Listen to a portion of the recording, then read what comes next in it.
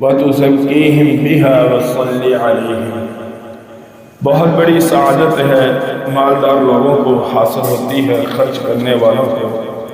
ہر انسان کو یہ سعادت نہیں ملتی۔ اس آیت کو پڑھ کر آج غور کیا تو بس اللہ جذبہ دے، اتنا ایمان دے کہ اللہ کسی نہ کسی کے کام آنے کی توفیق نصیب فرما دے۔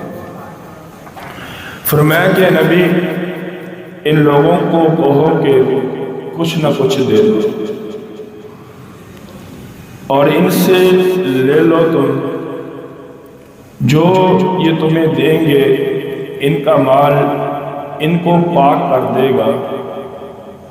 اور سب سے بڑی سعادت کہ اے نبی دیکھیں، اللہ اور اللہ کے فرشتے نبی پہ درود بھیج رہے ہیں، تم بھی درود بھیجو۔